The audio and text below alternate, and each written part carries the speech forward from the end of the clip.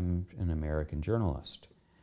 I covered the fall of the Khmer Rouge regime in 1979. So Cambodia is in my head. It's been in my head since I was 27 years old. When I came here to Stanford and started writing a column on foreign affairs, I realized I need to travel. So I decided to go to Southeast Asia and go back to Cambodia. I hadn't been there in 30 years. And I was totally shocked by what I saw. Now, if someone with experience in the country who follows world affairs closely was shocked as I was, I am certain that the 90% of Americans know nothing of what's happening in Cambodia today. Why do you think that is? Because there are many countries that are full of poor people, but Cambodia can be dismissed in your head because it's stable. There aren't wars there now, and the vast majority of people who think about Cambodia at all, and I even asked a former government official this question and got this answer, a government official who was involved in Cambodia, oh, they're so much better off than they were before. Oh, they're so much better off than they were under the Khmer Rouge. Well, that's a pretty low bar by which to judge a country. How is Cambodian society structured today, and how does that differ from the structure of, say, 1,000 years ago? Cambodia has cities and hundreds of thousands of tourists who come to Phnom Penh and to Angkor. And 20% of the country is developed and seems almost first world in the sense that it has internet and cell phones and so forth. But when you leave that urban corridor where 80% of the people live, you will find that most people live as they did 1,000 years ago, with no electricity, no phone service. They cook over open fires. They don't have bathrooms. They don't have fresh water. You're beginning to see a few changes. Some people sell their land and buy motorbikes. You can begin to see a few cell phones, though coverage is limited because there are no cell towers in most places.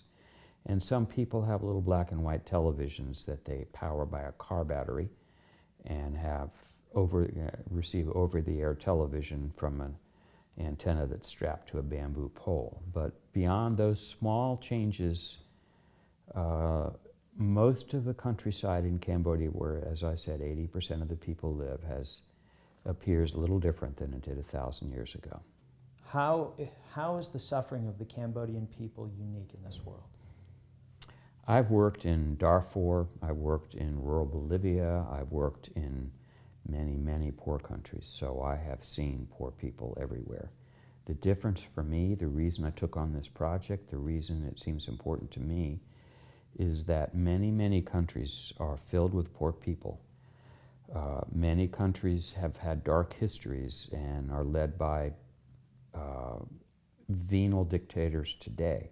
But no other country has lived under a regime that killed 1/4 of its population and then found itself ruled by a venal dictator today that allows its people to live as they did 1,000 years ago and still contract the illnesses that they attracted 1,000 years ago and does little about it.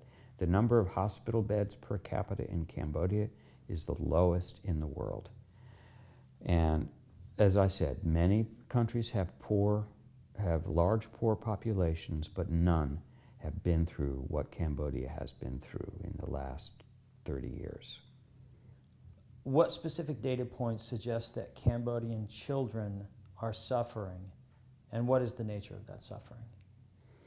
40% of Cambodian children suffer from stunting, which means that they don't get proper nutrition in the first years of life. Stunting means that you grow up not very tall and not very smart. 10% of the children are wasting. That means they're essentially starving to death. The average income is about $1.25 a day. I've traveled all over the countryside. I mean, if they don't have running water, they're certainly not going to have toilets, which means they use ditches in the ground. I wrote something about another country recently in a column and found that the World Health Organization declared that that is the most unhealthy sanitation practice you can possibly do, and one that breeds disease more quickly than any other sanitation practice. One plague, one disease after another. How is it that American citizens can travel to Phnom Penh and Siem Reap and never really see this suffering? Very often people go to Bangkok as a tourist site and then fly to Cambodia for 48 hours. In Phnom Penh, you're going to see poor people, but you see poor people in lots of places. You're not going to see the kind of suffering that you see out in the countryside. Your tour guide will take you to see the killing fields and S-21, the prison where so many people were executed. Those are the two sites in Phnom Penh, and they'll show you the King's Palace and a few other things. And there's, in Phnom Penh, there are actually nice restaurants and coffee bars along the river. They serve the NGOs and diplomats who live there. And then you fly to Siem Reap, which is another town that looks relatively modern. And you stay in a nice hotel and then go out to Angkor and see the ruins, and that can take a whole day. And then you get back in your plane and fly to Bangkok. You never get a chance to see anything except what I call the tourist corridor, which is quite nice, and people are solicitous and helpful, and you come away with a pretty good image of Cambodia without really ever seeing much of it. How does the legacy of the Khmer Rouge influence Cambodian expectations for quality of life today? Far more than half of the Cambodian people have now been born after the Khmer Rouge era. But what the influence it has is that many people in the country, 40 to 50% of the people who survived it, suffer from severe mental issues as a result. PTSD and other mental issues that affect the way they can live. And Cambodia is the only country on earth where it has been shown that the symptoms of PTSD, violence, withdrawn behavior, inability to function in a normal way, is being passed to a second generation. And a lot of Cambodians I spoke to told me that these traumatic illnesses have changed the mood of the personality of the entire country.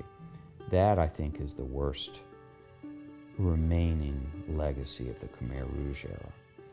And this is in a country with 26 psychiatrists nationwide, 22 of whom work in hospitals passing out pills. They are not equipped to deal with it.